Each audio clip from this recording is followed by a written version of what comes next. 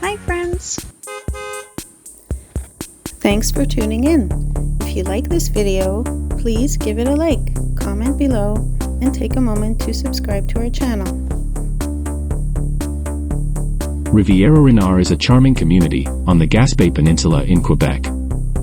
Nestled along the Gulf of St. Lawrence, this picturesque town offers breathtaking views and a rich history.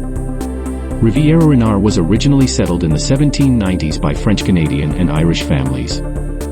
One of the key moments in its history was in 1847, when many Irish immigrants arrived after the sinking of the Carrick ship, and many chose to stay here. Over the years, Rivière-au-Renard has grown, and today it's part of the larger town of Gaspé.